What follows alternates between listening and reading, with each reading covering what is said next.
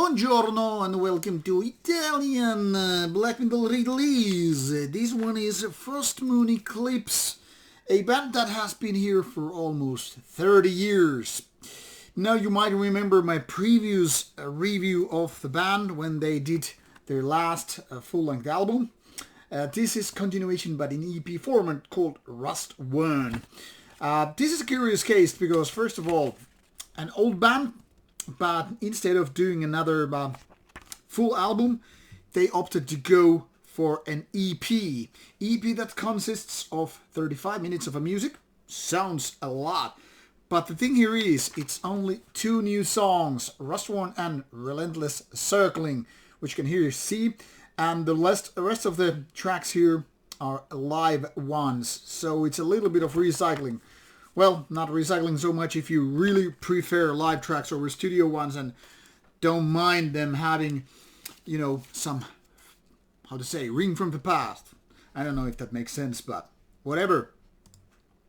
The thing here is, this has been a very active band since they did their first album in 2001, releasing an album every couple of years, sometimes between 5 years or so, but still being active all the way. And where worse weather to come from 2019 was pretty decent, and an album can't say exactly the same for Rustworn. Now, it gets complicated when you're releasing this kind of stuff and when you're reviewing it. I'll try to explain in the terms of psychology. No, don't worry, I'm not getting medical here, but I'm just going to explain what it means in essence. So let's take a look at this track list. 35 minutes of music, of which 3 songs are live ones. And when we take a look at the numbers, roughly only 10 minutes, even less of that, is the new material. So that leaves us roughly 25 minutes out of 35 minutes being live tracks.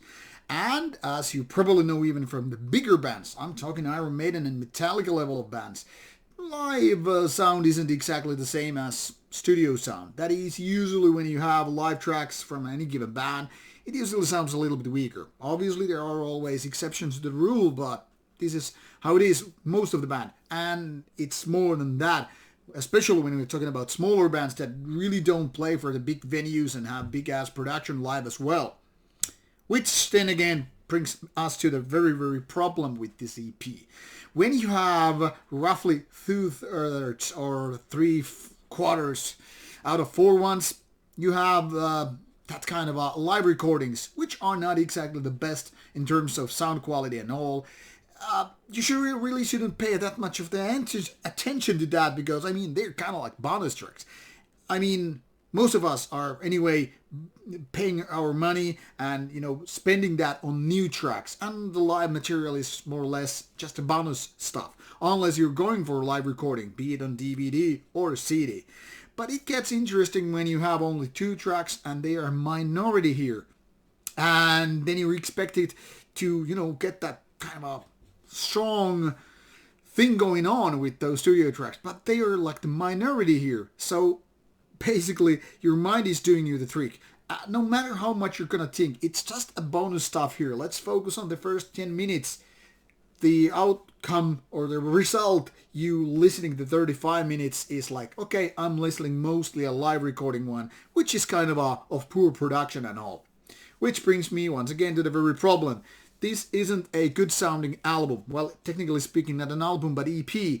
And no matter how much I try to force this idea out of my head, they're only bonus tracks, they're live ones. Let's focus on the first 10 minutes. Well, once you kind of spend 25 minutes, the latter part, listening to the poor sounding live, it's kind of hard to convince you otherwise. So I'll try to explain this way. The first 2 tracks, they are the best stuff which this EP has to offer. Melodic black metal, not bad ways, nothing phenomenal then again. And it's not like the production even for those 2 tracks are superb, but at least a little bit better than the live versions. But when you're listening to the live versions, it feels like, yeah, this kind of proves that this isn't so much a live recording band. Maybe they will be live great if you see them on a gig. I haven't seen, can't really comment, but based on these live tracks, I can't say I'm like, wow, I'm not convinced. So this is kind of I don't know, not exactly cringy release, but feels something like you're only releasing something between the albums to, justify you not being active.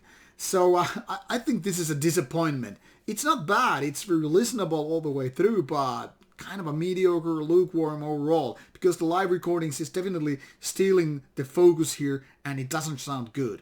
So, melodic black metal for fanatics of the band. I guess for fans this is a decent release. They probably want just everything, whatever, even it's rusty spoons fed to their mouths.